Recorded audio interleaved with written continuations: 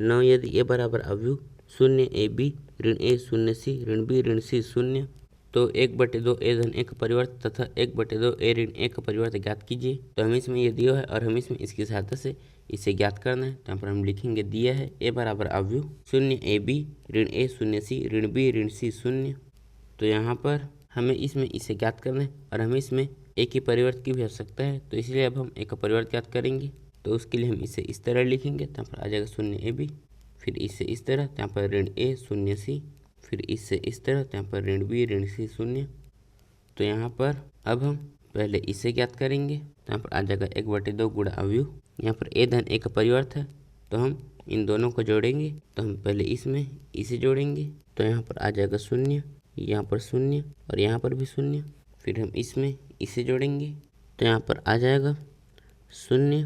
इसी तरह से हम इसमें इसे जोड़ेंगे तो यहाँ पर आ जाएगा 0, यहाँ पर 0 और यहाँ पर भी 0। तो यहाँ पर 1/2 गुणा ए धन ए का परिवर्त बराबर यहाँ पर यह 0 अवयव और जब हम 1/2 का इसमें गुणा करेंगे तो भी इसका मान 0 ही होगा। तो यहाँ पर 1/2 ए धन ए का परिवर्त का मान आया है 0।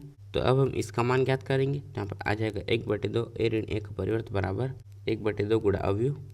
तो अब हम इसमें इसे घटाएंगे तो यहाँ पर आ जाएगा 0।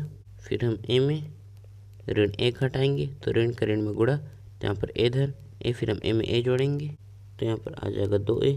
इसी तरह से यहाँ पर 2b, फिर हम इसमें इसे घटाएंगे तो यहाँ पर आ जाएगा ऋण 2a, फिर यहाँ पर 0 और यहाँ पर 2c, फिर हम इसमें इसे घटाएंगे तो यहाँ पर आ जाएगा ऋण 2b, फिर यहाँ पर ऋण 2c और यहाँ पर 0। तो यहाँ पर 1/2 गुणा ए ऋण ए का परिवर्त बराबर हम इसमें से 2 कॉमन लेंगे तो 2 का इसमें गुणा होगा। तो यहाँ पर आ जाएगा 1/2 गुणा 2, फिर 2 से 2 कट जाएगा तो यहाँ बचेगा 1। तो यहाँ पर आ जाएगा अवयव, हमने इसमें से 2 कॉमन लिया है तो यहाँ पर आ जाएगा 0, यहाँ पर a, फिर यहाँ पर b, फिर यहाँ पर ऋण a, यहाँ पर 0 और यहाँ पर c, फिर यहाँ पर ऋण b, यहाँ पर ऋण c और यहाँ पर 0।